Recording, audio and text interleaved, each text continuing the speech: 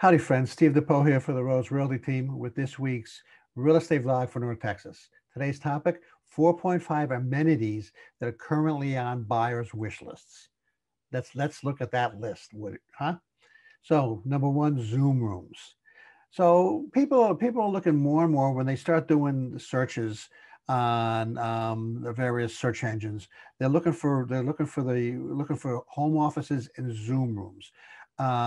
This has increased almost 50% year over year compared to last year. So compared to 2019, 2020, people look for that almost 50% more than they did the previous year. Now, why is this? More and more people are being allowed to, or even forced, working from home, and they want the space. They want these Zoom rooms or home offices where they can kind of shut the rest of the family out. They can get some peace and quiet, and they can do a Zoom or a video or something like that without being interrupted. This kind of lends itself to the thinking about people being able to work remotely, or even sometimes forced working remotely more and more, and for a longer period of time into the future. Vacation-worthy amenities.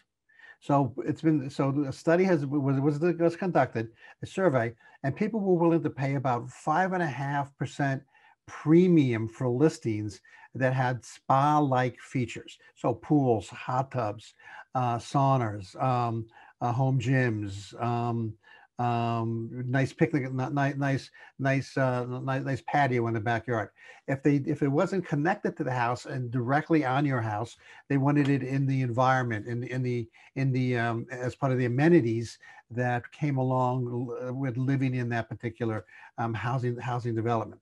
Part of this is because more and more people are going to be working from home for longer periods of time, like I said, and they want to be able to take a break, maybe during the middle of the day, maybe take a dip in the pool, what have you, because they're working more, and they're working more from home in longer hours, so they want to be able to kind of relax a little bit before they get back into it. Tech and more tech. So for a number of years now, security and smart homes has kind of been on the top of people's lists. Security has always been there.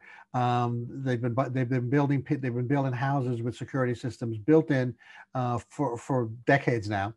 And smart homes and smart features in homes have been becoming more and more prevalent over the last 3, 4, or 5 years, something like that.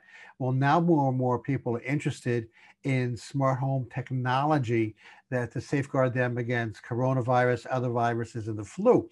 And so when you have those things built into your house, or people are putting them into the house, more and more over the last, well, especially over the last year, but more and more over the last couple of years. Small towns and new builds. Well, small towns now have, because of the migration out of the cities and into suburban areas. Small towns are growing fast. In some cases, it's tough for them to keep up with the infrastructure.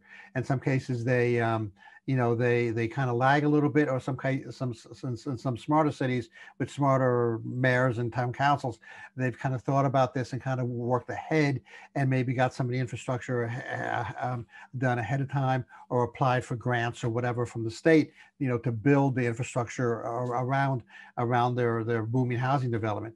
So small towns are growing.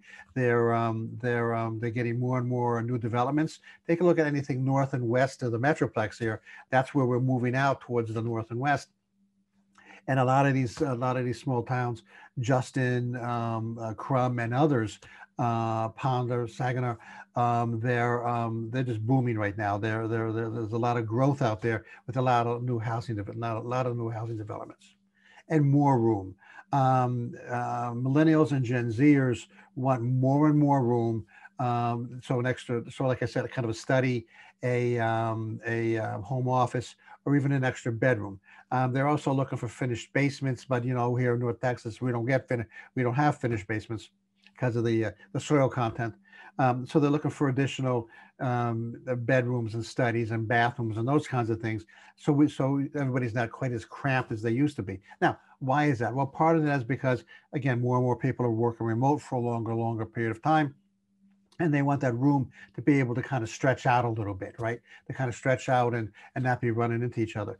At the same time, we're running into a situation where houses are becoming families are becoming multi-generational. So either the kids aren't leaving home quite as early as they used to, or parents are coming back to live with the kids. Either maybe there's a loss of a parent, loss of mom and dad, um, or the parents just um, can't cut it out there on their own anymore, or the kids kind of need help taking care of the grandkids, and so they're asking the parents to move back home.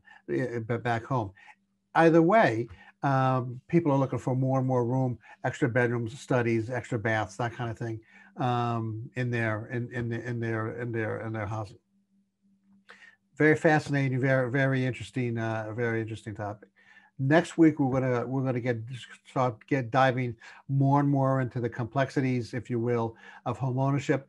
Next week we're going to talk about selecting a mortgage. This is Steve DePoe from the Rose Realty team. I'm going to bounce.